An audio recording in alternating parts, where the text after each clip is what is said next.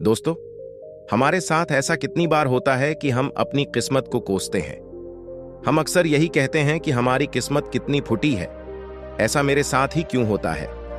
जब हमारे साथ कुछ बुरा होता है तो हम आमतौर पर निराश हो जाते हैं और अपनी किस्मत पर दोष लगाने लगते हैं। हम यह सोचते हैं कि सब उठापटक हमारे ही जीवन में क्यों लिखी हुई है। हमें लगता है हमारे पास सही चीजों की कमी है, जिसके कारण हम अपने लक्ष्यों को हासिल नहीं कर पा रहे हैं। कई बार हमने चीजों को यह कहकर छोड़ दिया होगा कि अगर यह हमारी किस्मत में होगा, नहीं तो मुझे मिलेगा कैसे। हम तो अपने आप को यहां तक तसल्ली दे देते कि इसमें मेरा दोष था ही नहीं, मैं और करता भी। तो क्या अगर ऐसे विचार आपके मन में आते हैं तो कहानी आपके जैसे उन लोगों के लिए है जो बिना कोशिश किए ही अपनी किस्मत को दोष देने लगते हैं। तो चलिए दोस्तों, कहानी शुरू करते हैं। एक दिन एक व्यक्ति महात्मा बुद्ध के पास आया और उसने कहा कि मैं अपनी किस्मत आपसे ठीक करवाने आया हूं। मैं बहुत दुखी रहता हूं। मैं जो भी करता हूं, जिस काम को करता हूं, वह मुझसे खराब हो जाता है। मेरी किस्मत मेरा साथ नहीं देती। मैंने सुना है कि आप सभी की समस्याओं का समाधान करते हैं। क्या आप मेरी भी फूटी किस्मत को सुधार सकते हैं? महात्मा बुद्ध ने कुछ देर तक उसकी आंखों में देखा और कहा, ये फूटी किस्मत तुम्हें कहाँ दिखी? तुम्हें ऐसा क्यों लगता है कि तुम्हारी किस्मत फूटी है? उस आदमी ने कहा, मैं जो भी करता हूं वो हो नहीं पाता, तो मेरी किस्मत फूटी ही हुई। किसी वक्त मेरे पास सब कुछ था, धन सुख आनंद। फिर मेरे माता पिताजी का देहांत हो गया। जैसे जैसे करके मैंने खुद की परवरिश की। मैंने जिससे सच्चे मन से प्रेम किया, उस प्रेमिका ने किसी और से विवाह कर लिया। मैंने एक छोटा सा व्यापार शुरू किया। जिस मित्र के साथ मैंने अपना व्यापार शुरू किया, उस मित्र ने व्यापार ही हड़प लिया।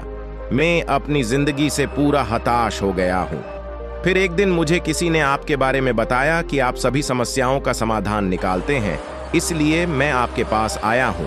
क्या आप मेरी भी समस्या का समाधान निकाल सकते हैं? क्या आप मेरी भी किस्मत को ठीक कर सकते हैं?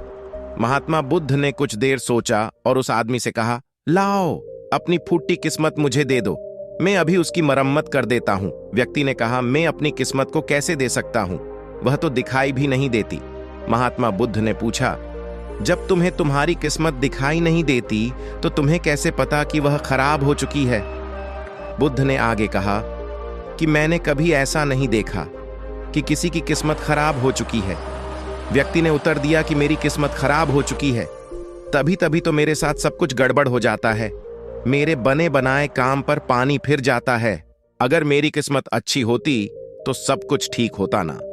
महात्मा बुद्ध ने कहा, तुम ठीक दिखाई देते हो, तुम्हारा स्वास्थ्य भी ठीक लग रहा है, तुम्हारे हाथ पैर भी सलामत है, तुम अभी तक मरे नहीं हो। मुझे तो तुम्हारी किस्मत में कोई भी खराबी नहीं दिखाई देती, सब कुछ सही लग रहा है। तुम्हारा अंग भंग हो जाता या तुम मृत्यु को प्राप्त हो जाते, लेकिन ऐसा तो कुछ भी नहीं है। तो फिर तुम क्यों कह रहे हो कि तुम्हारी किस्मत खराब है? व्यक्ति ने कहा, आप समझ नहीं रहे हैं, मेरे ऊपर बहुत सारा कर्ज है।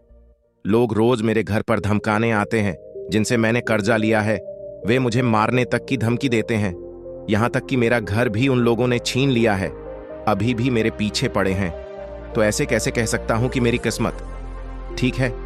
महात्मा बुद्ध ने विचार पूर्वक कहा, तब तो समस्या गंभीर है।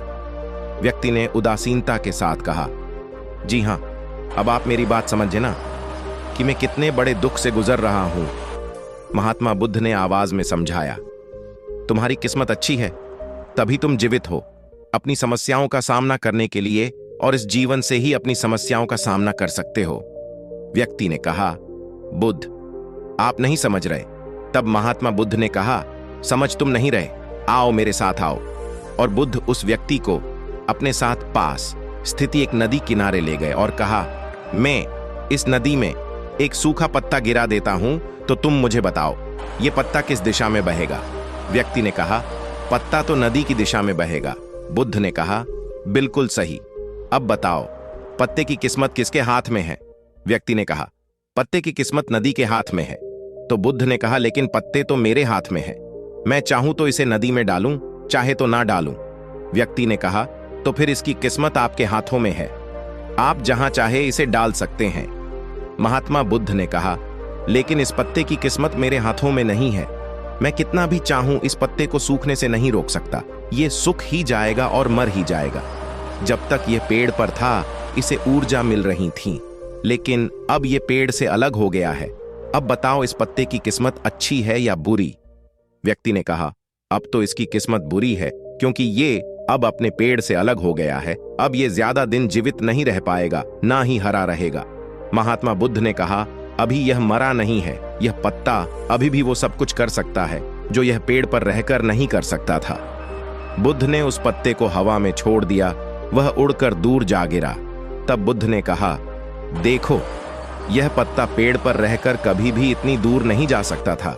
आज इसने स्वतंत्र होकर उड़ने का आनंद लिया है। और अगर तुम ध्यान से देखो, यह पत्ता कितने कितने ही छोटे छोटे जीवों को अपने ऊपर बिठाकर नदी के एक किनारे से दूसरे किनारे पर पहुंचा रहा है। इस पत्ते की भी किस्मत अच्छी, क्योंकि उसने जीवन की परिस्थिति से हार नहीं मानी, बल्कि अपने जीवन के नए नए अवसरों को ढूंढने में लगा हुआ है। इसी प्रकार तुम्हारी समस्याएं भी तुम्हें उड़ने का अवसर दे सकती हैं। यदि तुम उन्हें सकारात्मक नजरिए से देखो तो उस आदमी ने वहां कुछ देर खड़े होकर बुद्ध की बातों पर विचार किया। धीरे धीरे उसने पूरी कहानी के पीछे छुपे गहरे अर्थ को समझा। वह महात्मा बुद्ध की ओर देखते हुए बोला, आप सही कह रहे हैं महात्मा। मैंने अपने भाग्य पर ध्यान देने में अपने दृष्टिकोण को सीमित कर दिया था।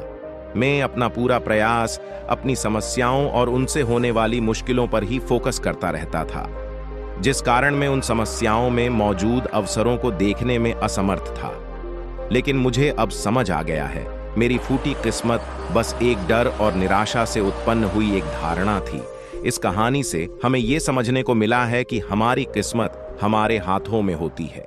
बस कभी भी अपना ध्यान अपनी आने वाली समस्याओं पर ना देकर अगर उनसे मिलने वाले अवसरों पर देंगे तो ही ऐसा मुमकिन है। मुसीबतों को किस्मत का दोष देके रोने से बेहतर है कि उनसे कैसे निपटा जाए, उस पे ध्यान लगाना चाहिए। आशा करते हैं आपको यह कहानी पसंद आई होगी। इस प्रकार की कहानियों के लिए जो हमें जीवन जीने का सही तरीका सिखाती है, हमारे चैनल को अभी सब्सक्राइब करें। नमो बुद्धाय।